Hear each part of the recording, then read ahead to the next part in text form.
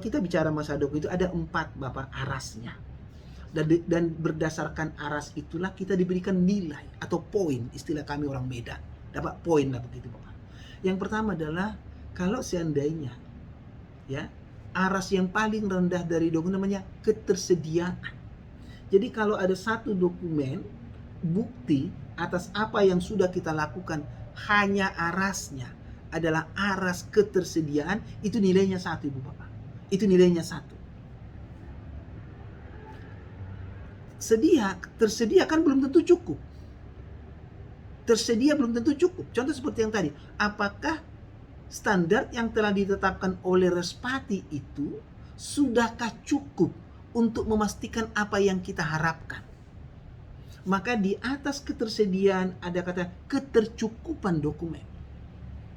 Kalau kita dinilai berdasarkan ketercukupan dokumen, maka sebetulnya kita baru memperoleh nilai 2. Kenapa? Karena bisa saja standar atau dokumen kita itu sudah cukup, tetapi dokumen itu sudah out of age, sudah out of fashion, sudah ketinggalan. Seperti yang tadi misalnya, kita punya 28 standar, tetapi standar kita itu masih mengikuti Permendristek Dikti 44 tahun 2015. Kan sudah out of date. Sudah out of age dia itu, ya udah ketinggalan. Harus dimutakhirkan. Dimutakhirkan apa? Berdasarkan perubahan lingkungan internal dan juga lingkungan eksternal. Di lingkungan eksternal sudah ada namanya Permendikbud 3 tahun 2020, maka harus kita mutakhirkan. Ketika dokumen kita itu sudah mutakhir, maka kita memperoleh nilai 3. Loh kalau begitu kapan kami akan memperoleh nilai 4? Dokumen ini Bapak Ibu harus bisa diakses. Kalau nanti Ibu Bapak memperhatikan dengan sangat sungguh-sungguh bagaimana dengan harkat penilaian dari Ban PT maupun LAM, di matriks penilaian itu akan selalu kata demikian Bapak Ibu, dapat diakses.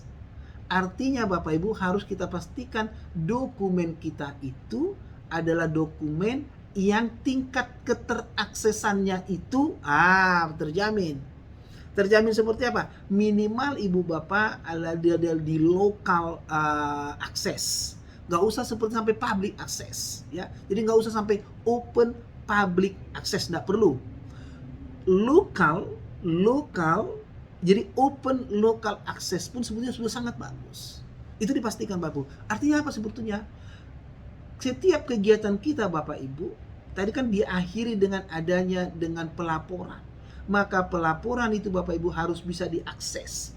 Diakses oleh siapa? Diakses oleh pemangku kepentingan yang akan menggunakan laporan kita itu untuk pedoman mereka untuk melakukan kegiatan berikutnya. Itu Bapak Ibu strategi utama kita ketika kita memastikan bahwa dokumen seperti apa sebetulnya yang harus kita persiapkan ketika kita mau melakukan proses akreditasi. Jadi dipastikan Bapak Ibu ya, ketersediaannya, ketercukupannya, ketermutakhirannya, dan keteraksesannya.